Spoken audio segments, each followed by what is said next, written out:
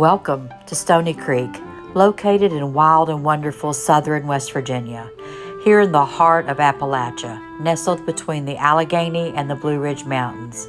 Join us as we explore a culture rich in history and historical landmarks, cooking mid-Appalachian style, gardening, DIY projects, and back porch sitting.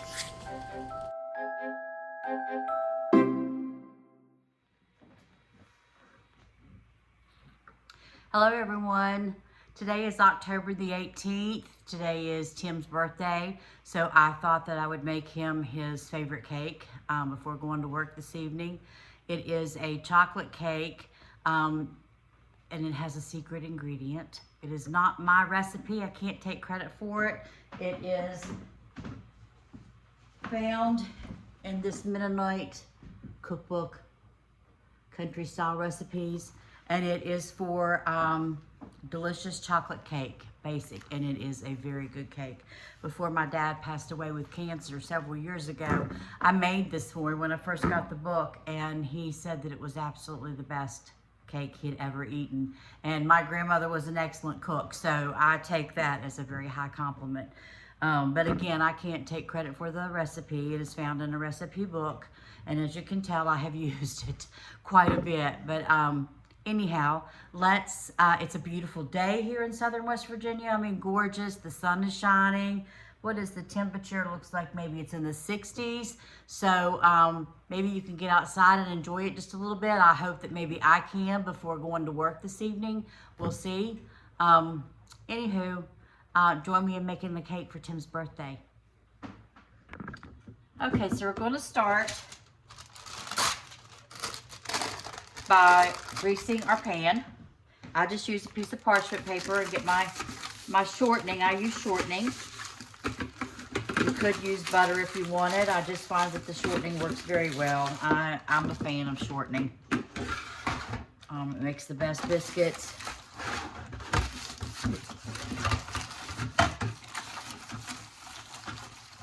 I have a recipe with banana bread that calls for it, and it's just awesome. I am a shortening fan. Okay, now we'll flour it just a little bit.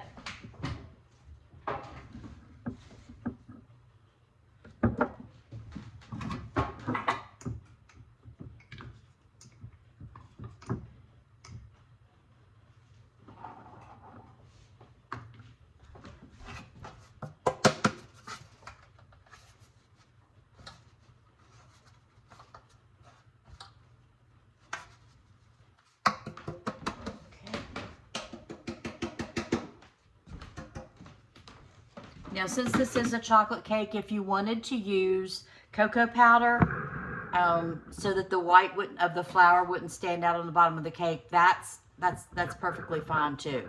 That works as well. Okay, now I'm going to set this aside.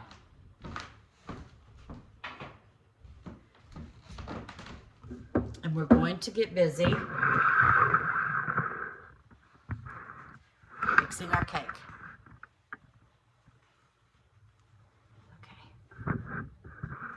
All right.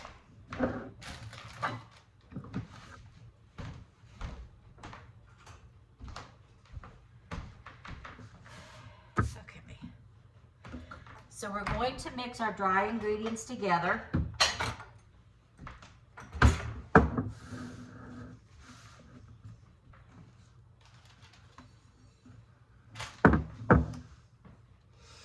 And it will take 2 cups of flour.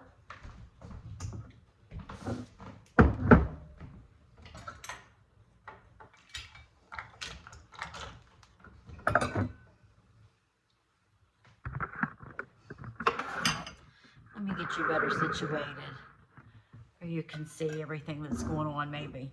Okay, I'm going to measure out 2 cups of all-purpose flour. I use Hudson cream most of the time. This happens to be White Lily. So this will be my first time making a cake with it. I think, yeah, this is the White Lily, I'm pretty sure. But I normally do use Hudson cream. And no, neither one is a sponsor of me, but that's just what I like. Those two for me are the best flours. Okay, so now we need 2 cups sugar.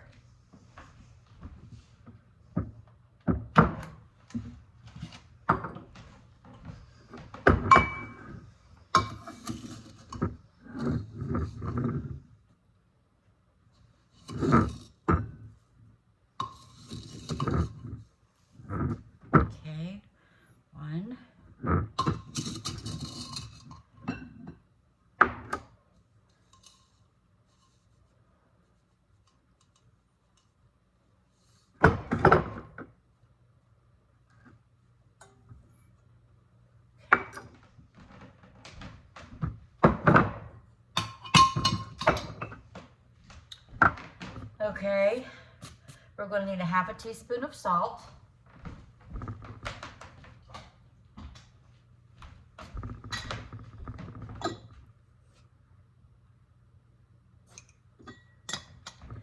And 2 teaspoons of baking soda.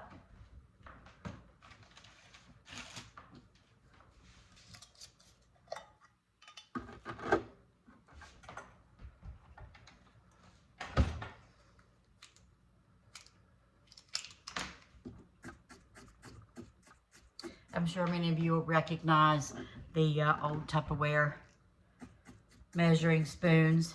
I used to have some when I was younger, but I don't know where these are not mine. These are, I believe these were my grandmother's. She had them. My mom used to have some too. These may be hers, but for some reason I'm thinking that they were Wanda's. I might be wrong. Okay, so let me remeasure to make sure. I just want 2 teaspoons. Let me make sure I'm getting this right. A half. 1. Okay, yeah, I had it right.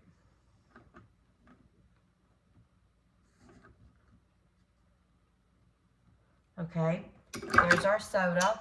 It also calls for a teaspoon of baking powder. I'm going to use this half teaspoon because it's just easier for me to measure it with. There's 1.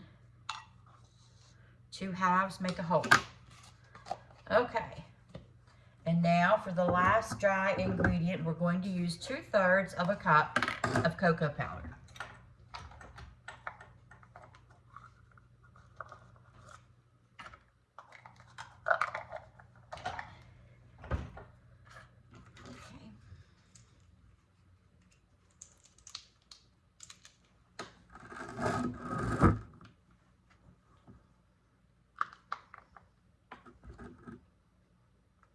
Now you can sift these ingredients together. If this was like a jelly roll or some type of a sponge cake, I would by all means sift them. For this type of cake, it is so moist and a wet cake, so to speak, that it does well without having to sift every ingredient. It does just fine. Okay, this is our dry ingredients. So I'm going to set them right there, and I'm going to start now on our wet ingredients. And that's going to be 2/3 of a cup of vegetable oil.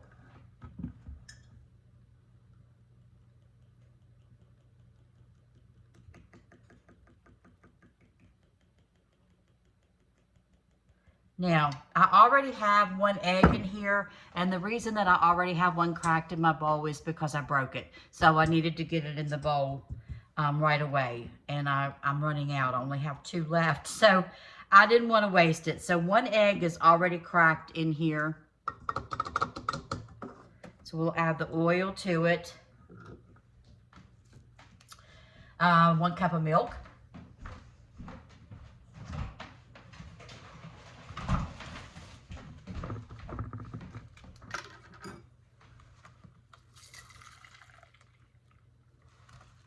Oops. 1 cup of milk. I use whole milk. I am not a fan of 2% milk or skim milk. It is just white water to me, and it turns my stomach. I cannot use anything but whole milk. I can't do it. So then let's see, we have the 2 eggs, which we already have 1 in there, and since I lost part of it, I'm going to go ahead and put the 2 that I have left in here to make it 3.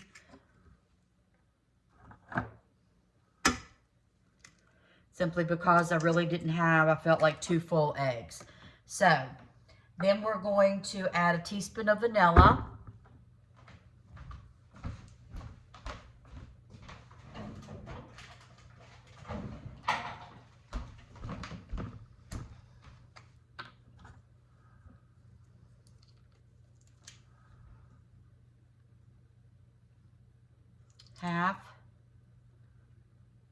half makes a whole. Okay, so this is our wet ingredients with the exception of our coffee. So we will get to that in just a minute. We're going to mix this up.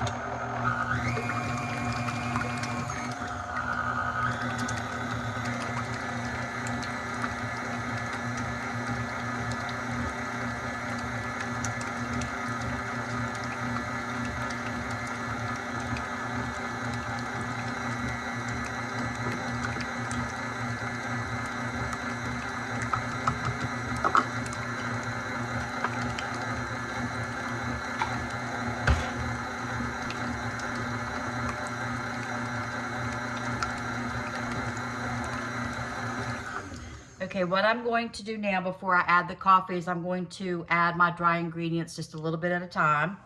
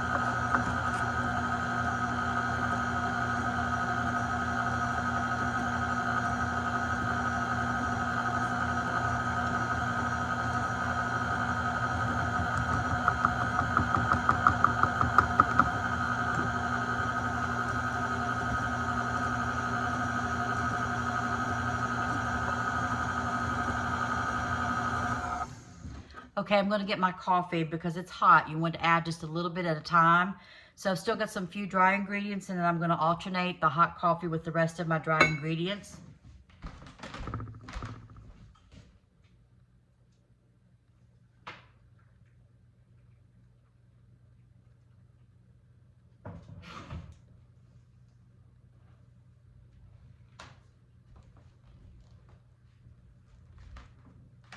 Okay, so we have 1 cup here, a very hot coffee.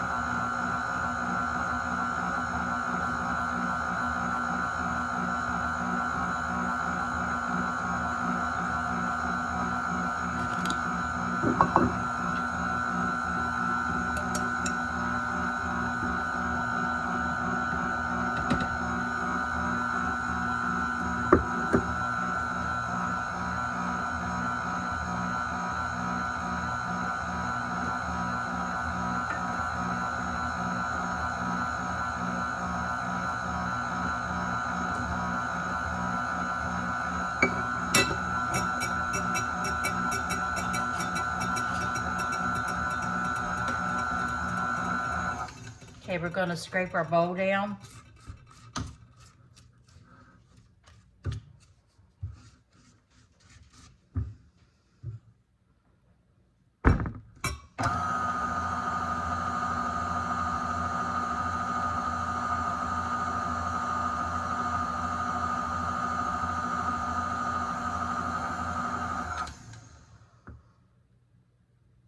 Okay. So now all of our cake ingredients are mixed together, and you see that this is a very thin cake batter.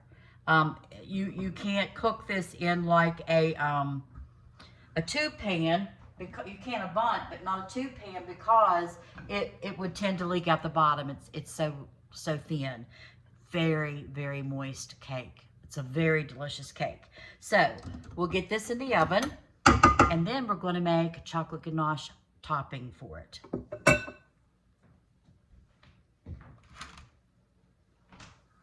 Okay, so here's our cake in the pan. We're making it in a sheet pan.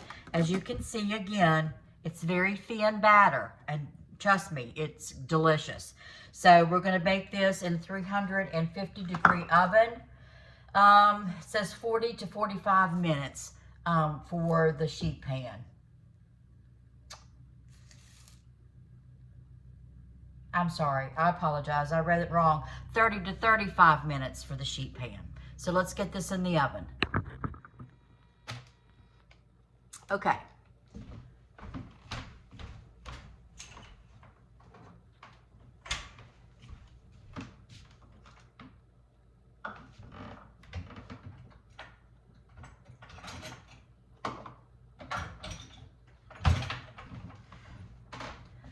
All right, so our chocolate ganache is going to consist of heavy cream, and the recipes that I have read recommend the bittersweet chocolate.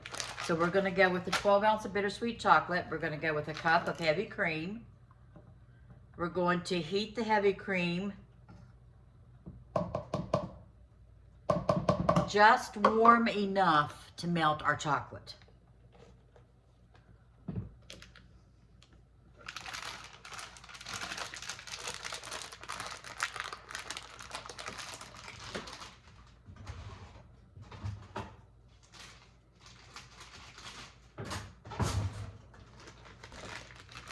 So we'll put our chocolate in the bowl. Now these are the mini chips. If you get other chocolate, some of the recipes do recommend to chop it up, make it smaller. These are the mini chips, so I'm not going to do that. And I'm just going to heat my cream just enough to melt my chocolate.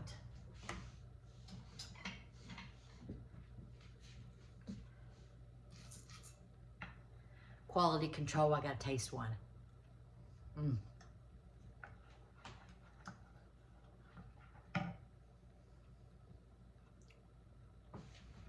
Okay, I'll bring you back when the cream's warm enough.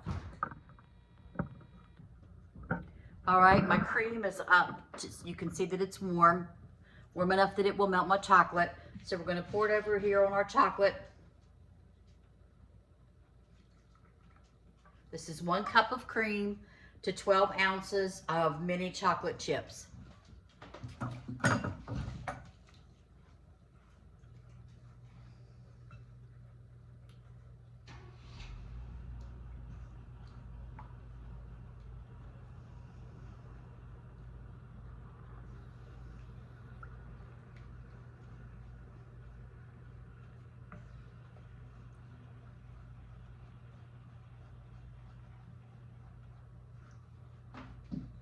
It's melting it very well.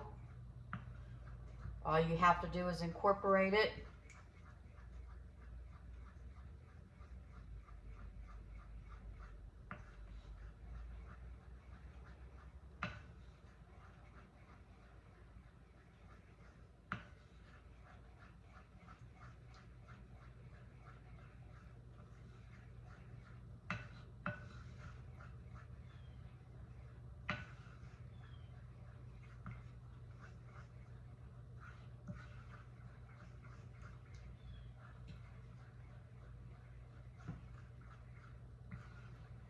Okay.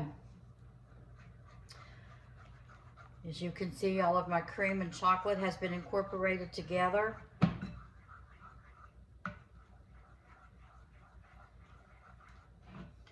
So now we're going to pour it over our cake.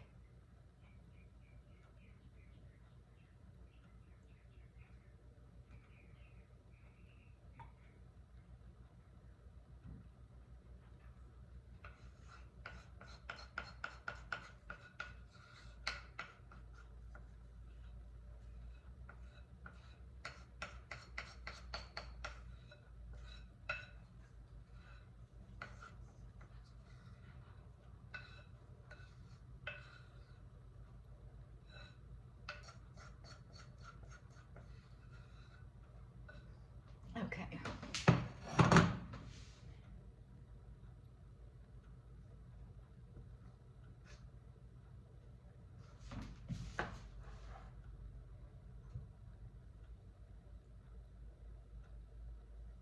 And there you have it.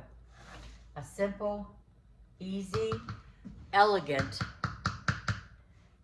and I do mean elegant. When you cut into this cake, you'll see what I'm talking about. It is absolutely delicious. It is moist. It is delicious. The chocolate ganache on the top is not like a regular, overly sweet frosting that, you know, hits your teeth and sends sensation. As you can tell, I'm not a big fan of frosting. This is great. You will love it. And I hope that you try it. It's not that hard. It's simple. So if you'd like the recipe, leave it in the comments for me. I'll be glad to share the recipe from the book. I'll be glad to share the recipe for the chocolate ganache. Thank you again for joining me today and coming into my home.